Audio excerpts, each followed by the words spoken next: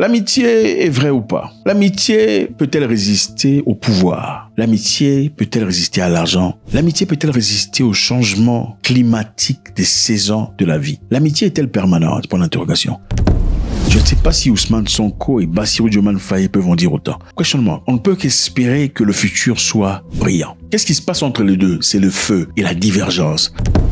Beaucoup de personnes parlent de trahison entre Sonko et Faye. Et c'est chaud. On va essayer de voir très rapidement ce que ça veut dire. Faut-il faire confiance aux gens dans la vie? Faut-il donner ton assignation à une tierce personne, même si c'est ton ami très proche ou ton bras droit? Point d'interrogation. Alors, le monsieur-là s'appelle Ousmane Sonko. Il est Premier ministre du Sénégal. Et celui-là, c'est Bassirou Diomaye Faye, le président de la République du Sénégal. Mais entre les deux, ça ne marche pas.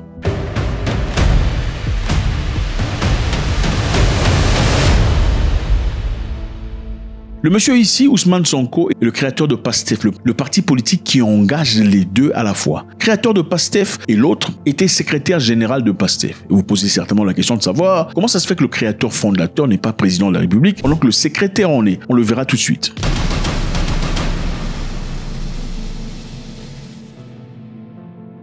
Avant cela, je pense qu'il faudrait savoir d'abord qu'est-ce qui se passe. Pourquoi ça ne marche pas entre les deux? Et pourquoi les gens parlent de trahison?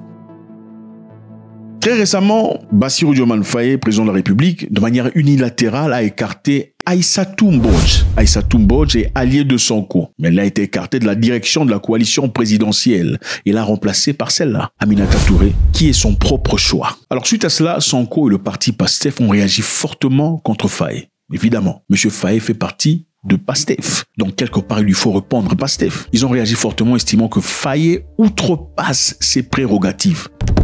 Donc, il a fait cela pour embarrasser le Premier ministre, qui, à quelque temps avant, disait qu'il n'y aurait aucun changement dans la coalition. Donc, le Premier ministre dit qu'il n'y aura aucun changement dans la coalition. Le président fait un changement brusque. Alors, c'est quoi le message qu'on envoie? Il n'y a pas très longtemps, Ousmane Sonko, Premier ministre du Sénégal, était en discussion avec l'FMI. L'FMI, évidemment, c'est cette organisation qui donne des dettes aux pays de tiers-monde pour les aider à se développer. Entre parenthèses, au cas où le pays avait besoin de prêts pour construire des écoles, des hôpitaux, des routes et autres infrastructures, l'FMI est en capacité de donner cet argent à condition que le pays soit en capacité de rembourser cet argent. Pendant cette discussion, on découvre que le Sénégal avait accumulé une dette d'approximativement 11 milliards de dollars. Ce sont des dépenses éléphantesques dont Ousmane Sonko blâme le gouvernement précédent. Donc, le gouvernement précédent aurait été auteur de ces dépenses qui étaient exorbitantes. Mais alors, pendant ce temps, le Fonds monétaire international voulait restructurer la dette du Sénégal, c'est-à-dire trouver des moyens à travers lesquels le Sénégal pourrait trouver de facilité à payer cette dette. Donc, restructurer une dette d'un pays, c'est-à-dire que l'FMI assiste sur l'amélioration de la gestion de la dette, centraliser les fonctions de dette,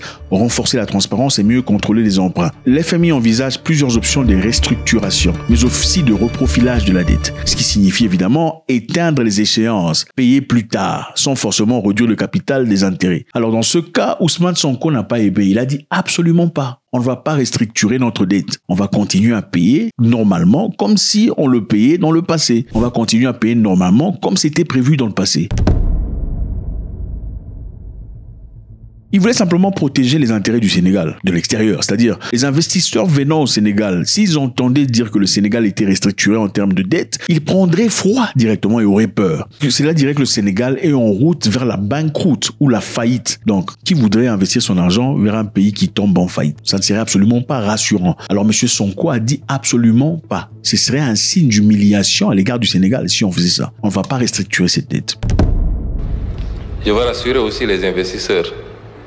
Nous voulons un partenariat beaucoup plus équilibré, gagnant-gagnant. Le schéma jusqu'à présent qui a été expérimenté, quand vous voyez le cas du Sénégal, depuis qu'on a constaté avec l'audit une part importante de dette qui n'a pas été révélée, le débat à l'interne, alimenté par malheureusement de la propagande médiatique, c'est comme si le sort du Sénégal dépendait de l'extérieur et particulièrement du Fonds monétaire international, ce qui n'est pas le cas en réalité. Ce partenariat est extrêmement important. Mais le sort du Sénégal va dépendre d'abord du peuple sénégalais lui-même.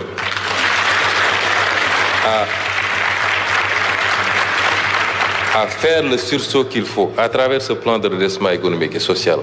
Prioritairement, d'abord, ça va dépendre de cela.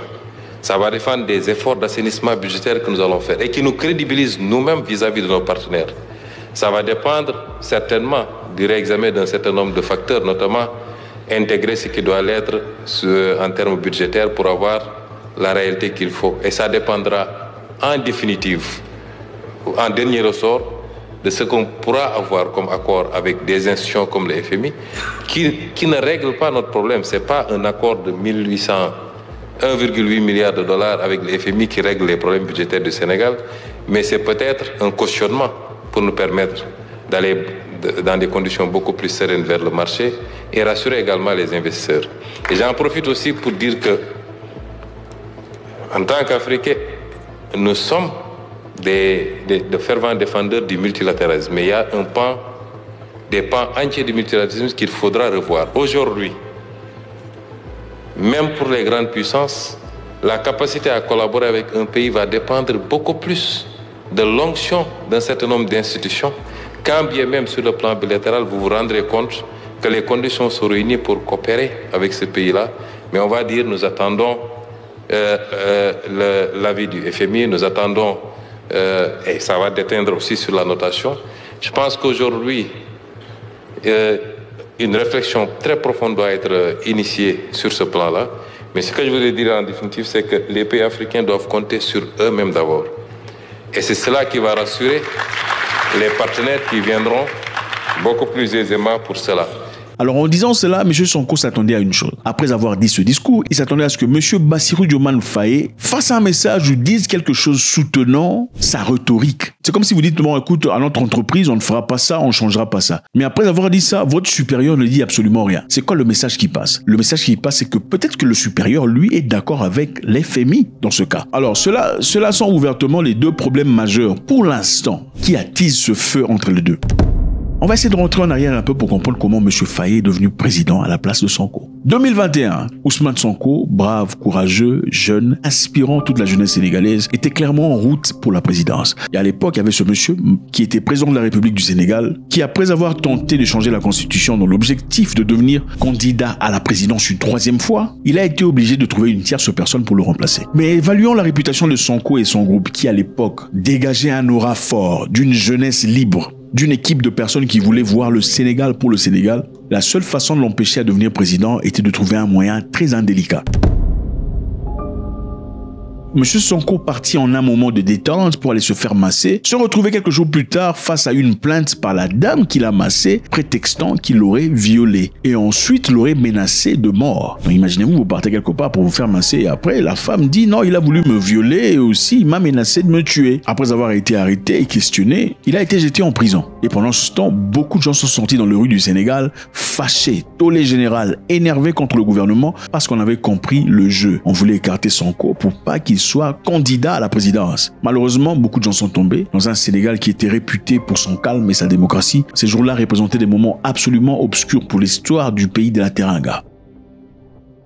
Fast forward 2023, Ousmane Sonko sort de prison, ils n'ont pas de preuves pour l'incarcérer, mais on le condamne pour corruption de la jeunesse. C'est-à-dire, c'est lui qui aurait corrompu la jeunesse à aller brûler les histoires qu'ils ont brûlées. Évidemment, comme vous l'avez compris, l'objectif ici était de l'écarter de la course des élections. Alors, écarter des élections, il fallait bien faire quelque chose. Qu'a-t-il trouvé comme moyen alternatif? À côté de lui se trouvait Bassirou Diomaye Faye, un monsieur avec qui il a parcouru le chemin dur, une personne avec laquelle il a été en prison, quelqu'un de confiance, son bras droit. Et d'ailleurs, à l'élection, on se souvient à l'époque, on disait voter pour Bassirou, c'est voter pour Sonko. Ou Bassirou, c'est Sonko. C'était ça le motif. C'est à cause de ça que la grande population sénégalaise a soutenu M. Bassirou Diomaye Faye, sans lequel ça aurait été quasi impossible de devenir président. Devenu président, les choses ont changé. Qu'est-ce qui a changé? M. Sonko a une politique étrangère dure, à l'égard certainement des colonisateurs. Il veut briser les barrières, il veut libérer le Sénégal de l'emprise du colonialisme. Il est d'ailleurs de ceux qui disaient que le Sénégal ne devrait plus garder des forces étrangères dans son territoire. Et c'était inacceptable que les militaires étrangers se retrouvent dans un territoire libre qu'est le Sénégal. Mais beaucoup de gens pensent que M. Faye avait une politique plus docile, plus calme, plus molle, à l'égard de la France surtout. M. Faye voulait discuter, coopérer, réarranger les accords avec la France, pendant que Ousmane Sonko a une mentalité beaucoup plus dirigée un peu vers les États du Sahel. Bon, je me souviens aussi qu'il y a beaucoup de panafricanistes qui ont critiqué le groupe. beaucoup de panafricanistes disaient qu'ils étaient vendus, qu'ils avaient vendu un rêve aux Sénégalais. Disant qu'ils allaient changer, restructurer, bouter hors du territoire sénégalais le franc CFA. Voilà ce qu'ils disaient. Mais qu'est-ce qui a changé? Pourquoi ne l'ont-ils pas fait? Mais avec le temps, les mêmes personnes ont compris qu'il y avait deux politiques complètement différentes au Sénégal. Alors avec le temps, comme vous vous y attendez, M. Faye a aussi son clic. Il y a aussi des gens qui le soutiennent, des gens qui le boostent, des gens qui lui disent c'est toi le chef. Il n'a rien à te dire. En réalité, c'est lui le chef. Pratiquement, il n'a rien à lui dire. Mais dans l'intégrité de cette chefferie, M. Faye devrait savoir qu'il est venu de PASTEF et que c'est grâce à Sonko qu'il est président de la République. Mais est-ce que cela tient de la valeur aujourd'hui? Dans un monde machiavélien où la vérité appartient toujours au fort? Question mark. En tout cas, on espère que ce ne sera pas un nouveau cas de Sankara et Blaise Compaoré ou encore de Mobutu et Lumumba. Faites-moi savoir ce que vous en pensez, c'est toujours avec beaucoup de plaisir. God bless.